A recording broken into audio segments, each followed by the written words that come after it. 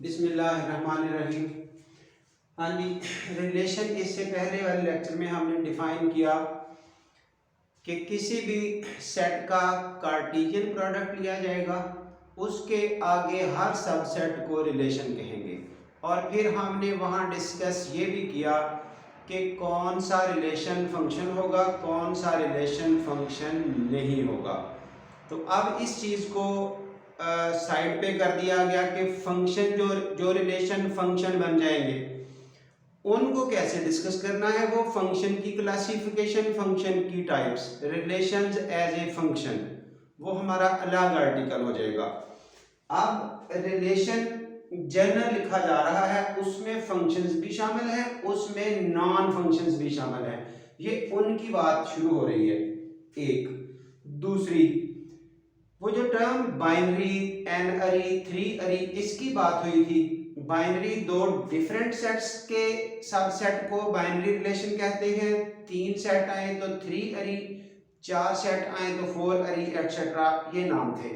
और जब single set आए तो उसको सिर्फ रिलेशन या वन अरी रिलेशन। तो जब हम टाइप्स ऑफ रिलेशन का आर्टिकल लिखेंगे तो इसमें क्या आएगा? Single set.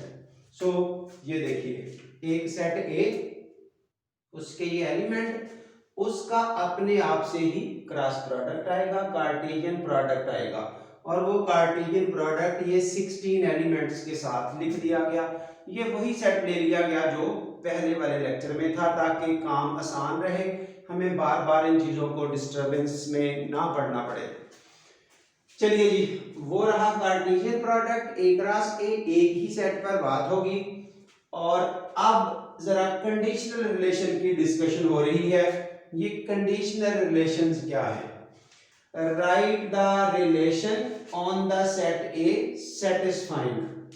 ये सेट ए है, इस पर वो कंडीशंस सेटिस्फाई करते हुए आप ये रिलेशंस लिख दें। वैसे तो रिलेशंस की तादाद अगर यहां से देखना चाहें तो 2 की पावर 16 है, इतने हैं तादाद में, क्योंकि मेन सेट में हो गए 4, जब उसका कार्टेशियन प्रोडक्ट लिया गया तो वो हो गए 16। ये 16 हमें पेयर्स नजर भी आ रहे हैं।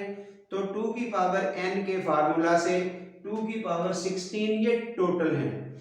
उस टोटल में से ये चंद लिखने को कहा गया कि ये लिख दें इन कंडीशंस को सेटिस्फाई करते हुए। तो देखिए, तो कंडीशन कौन सी है? वो इस तरह के पेयर्स, रिलेशन का नाम आर फॉर रिलेशन, उसमें इस तरह के पेयर होंगे, दो एलिमेंट लिख के पेयर बना दिया गया होगा। तो इस तरह के वो पेयर लिख दें जिसमें फर्स्ट एलिमेंट और सेकंड एलिमेंट, ये देखिए फर्स्ट और सेकंड, उन दोनों को सम अप करके 5 बने। तो देखिए, तो उनमें से इन पेयर्स में से किन किन का सम 5 बनता है? आंसर इज 1 और 4, 4 और 1, 2 और 3, 3 और 2। ये चार पेयर्स ऐसे हैं इनमें जिनको ऐड करने से 5 बनता है। सो ये रहा फर्स्ट रिलेशन। सेकंड, वो पेयर लिख दे जिसमें पहला और सेकंड, ये फर्स्ट ये हो गया, सेकंड ये हो गया, वो दोनों इक्वल हो। तो कौन कौन से होंगे? 1 1, 2 2, 3 3, 4 4। सो ये रहे। R3, वो पेयर्स लिख दे जिनमें इन दोनों को सम करें। ये देखिए ना, ये हो गया x, ये हो गया y। उस पेयर को लिख दे जिसके एलिमेंट को सम करने से जो आंसर बने वो 5 से स्मॉलर हो। सो ये रहे 1 1 1 2 1 3, 2 1 2 2 3 1। अगर कोई और लेंगे तो उसका सम 5 के इक्वल हो जाएगा या 5 से ग्रेटर हो जाएगा। हाँ जी, R4, वो लिख दे जिनमें पहले वाला एलिमेंट दूसरे से लेस हो या इक्वल हो। तो ये रहे R4 के एलिमेंट, फर्स्ट वाला एलिमेंट सेकंड वाले से या लेस है या इक्वल है। R5, ये लिखा जा रहा है वो एलिमेंट लिख दे जिसमें, ये देखिए यहां ऐसी कंडीशन का ध्यान रखें, x पहले नंबर पर है, y दूसरे नंबर पर है। पहले नंबर पर जो भी आप लिखें उस 1 2 3 में से, फर्ज करें आपने 1 लिखा, तो दूसरे नंबर पर क्या है, उस 1 का स्क्वायर करें, जो आंसर बने वो दूसरे नंबर पर आए। बिल्कुल ऐसे ही y equal to X square है, आपने 1 लिखा तो y की जगह क्या आएगा 1। उसके बाद आपने x की जगह जब 2 लिखा तो y की जगह क्या आएगा 4, तो दैट इज 2 4, और कोई नहीं है। ये देखिए एक्स वाई जिसमें दोनों एलिमेंट को सम करें तो 1 बन जाए। किन एलिमेंट को सम करके 1 बनेगा, 1 प्लस 1 2, सबसे स्मॉलर रहेगा, तो किसी का भी सम 1 नहीं बनेगा, इसलिए ये रहा एम्प्टी रिलेशन या वाइड रिलेशन। ये कंडीशनल रिलेशन समझने जरूरी इसलिए है कि जब डेटाबेस बनाई जाती है ना, तो उस वक्त ये कंडीशन इंपोज कर दी जाती है कि फलां चीज ये होनी चाहिए, ये कम होना चाहिए, वो उससे ज्यादा होना चाहिए, ये चीजें ऐड करनी है, ये नहीं करनी, लाइक दिस, वो कंडीशनल रिलेशन। इसलिए हमें कंडीशंस का पता होना चाहिए, सो वो कैसे इंसर्ट किए जाते हैं, दैट्स ऑल। हाँ जी, अब आप इधर आइए, एनी रिलेशन आर, यानी कि अभी तक ये थी कंडीशनल रिलेशन की बात। ये कुछ बिल्कुल सिंपल सी बातें हो रही हैं कि किसी रिलेशन की डोमेन क्या होती है, रेंज क्या होती है, और एक टर्म यहां बतानी है कोडोमेन क्या होती है। डोमेन किसी रिलेशन के पहले पहले एलिमेंट को सेट बना दे, जैसा कि ये रिलेशन है आर, उसका फर्स्ट एलिमेंट 1 1 3, तो ये 1 और 3 पहले पहले एलिमेंट को उठा के लिख दे, सेट के अंदर एलिमेंट रिपीट नहीं करने, इसलिए वो 1 2 दफा आया तो इधर एक ही दफा लिखा। जो रेंज होती है उसमें सेकंड एलिमेंट को उठा के लिख देना है, वो होती है रेंज ऑफ दैट रिलेशन। और जो टर्म कोडोमेन है, कोडोमेन सेकंड वाला पूरा सेट होता है, जैसा कि अब जो क्रॉस प्रोडक्ट, ये कार्टेशियन प्रोडक्ट में जो सेकंड नंबर पर सेट होता है वो कंप्लीट होता है कोडोमेन में, तो अब वो सेट है ही सेम 1 2 3 4, वो कंप्लीट ही कोडोमेन रहेगा ऑलवेज। 1 2 3 4 ये रही आपके पास कोडोमेन।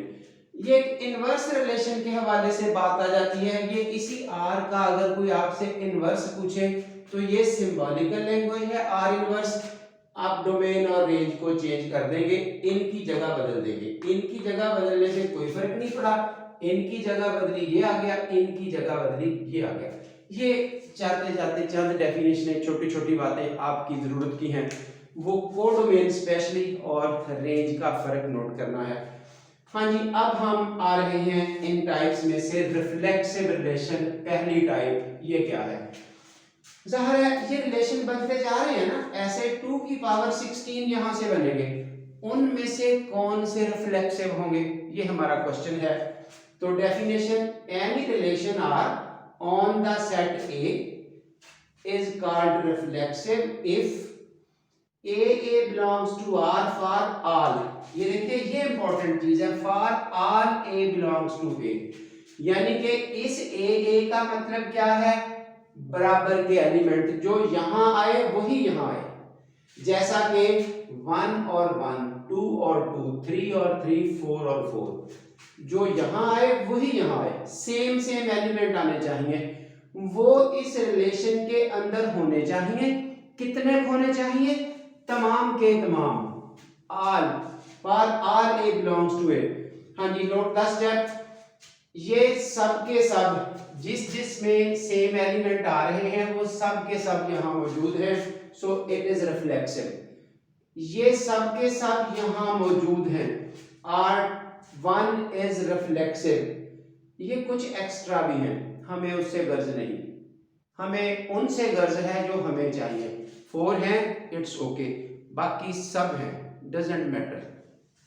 आगे बढ़े, 1 1 2 2 3 3 एक नहीं है, 4 4, इसलिए नॉट रिफ्लेक्सिव, ये रिफ्लेक्सिव नहीं है एक ना होने की वजह से। ये 3 है, हमारे वाला नहीं है 4 4, अगर वो होता तो रिफ्लेक्सिव बनता, बाकी हमें किसी से गर्ज नहीं है।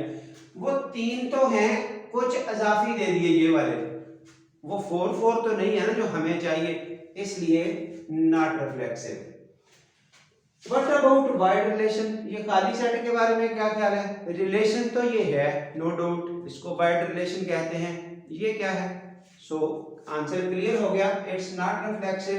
वजह, उसमें वो 4 पेयर होने चाहिए थे, वो नॉट अवेलेबल। वो एक भी कम होता तो हम कह रहे हैं वो रिफ्लेक्सिव नहीं है, वो तो कोई भी नहीं है, इसलिए नॉट रिफ्लेक्सिव। चलिए जी, जो यूनिवर्सल रिलेशन होगा वो लाजमी रिफ्लेक्सिव होगा, क्योंकि उसमें वो चारों तो मौजूद हैं, बाकी और हमसे मर्जी नहीं है, वो जितने मर्जी हो। एक ये और एमसीक्यू के हवाले से बात हो रही है कि इनकी तादाद का कैसे पता चलेगा। जैसे टोटल की तादाद मिल गई 2 की पावर n के फार्मूले से, तो इनका कैसे पता चलेगा कि ये कितने हैं, रिफ्लेक्सिव कितने हैं। उसके लिए आपको ये फार्मूला लिख दिया है। फार्मूला बनाने का तरीका सबका समझाया जाएगा जिस वक्त हम स्टडी कर लेंगे। ये हमारा पिछला चैप्टर है जो यानी कि अभी स्टडी नहीं हो रहा, काउंटिंग प्रॉब्लम्स के हवाले से। जब वो काउंटिंग आ जाएगी उसके बाद फिर ये काउंट करने का तरीका बता दिया जाएगा। फिलहाल आप फार्मूला लिख के काम चलाइए। एस में ये 5 एलिमेंट हैं, आपको कहा गया इसमें टोटल रिलेशंस कितने हैं वो लिख दें, रिफ्लेक्सिव कितने हैं वो लिख दें। ये देखिए n की वैल्यू 5, टोटल का फार्मूला ये है 2 की पावर n का स्क्वायर। याद रखें ये बच्चे ने गलती करनी है, 2 की पावर n सबसेट बनाने का फार्मूला है। सबसेट किन का? n क्रॉस n का। ये देखिए पीछे 4 हैं, सबसेट इनका लेना है रिलेशंस बनाने के लिए, वो 4 × 4 16 हो जाएगा, इसलिए ऐसे आएगा।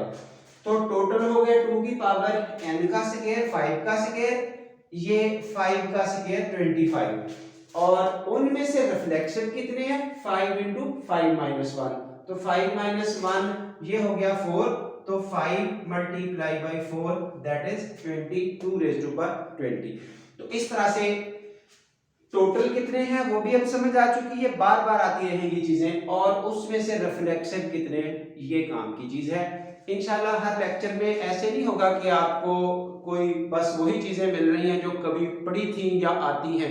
हर जगह एमसीक्यू भी नए मिलेंगे और नॉलेज वाइज आपको वो ह्यूज चीजें मिलेंगी जो इन फ्यूचर इतनी ज्यादा कैपेसिटी में यूज होगी। इंशाल्लाह याद करेंगे जो कंप्लीट लेक्चर बच्चे सुन रहे हैं और उनको सुन के आगे उनको स्टडी भी कर रहे हैं, उनको याद भी कर रहे हैं, उनको अप्लाई भी कर रहे हैं, उनसे रिलेटेड एक्सरसाइज के क्वेश्चन भी सॉल्व करें। मैं इंशाल्लाह असाइनमेंट में उनको दूंगा।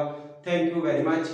वीडियो के हवाले से जाहिर है बात हो रही है कि अगर बच्चों को ये सब कुछ समझ आ रहा है तो इसको लाइक और शेयर जरूर करें ताकि और बच्चे भी फायदा उठा सकें, और चैनल को सब्सक्राइब करें। Thank you very much.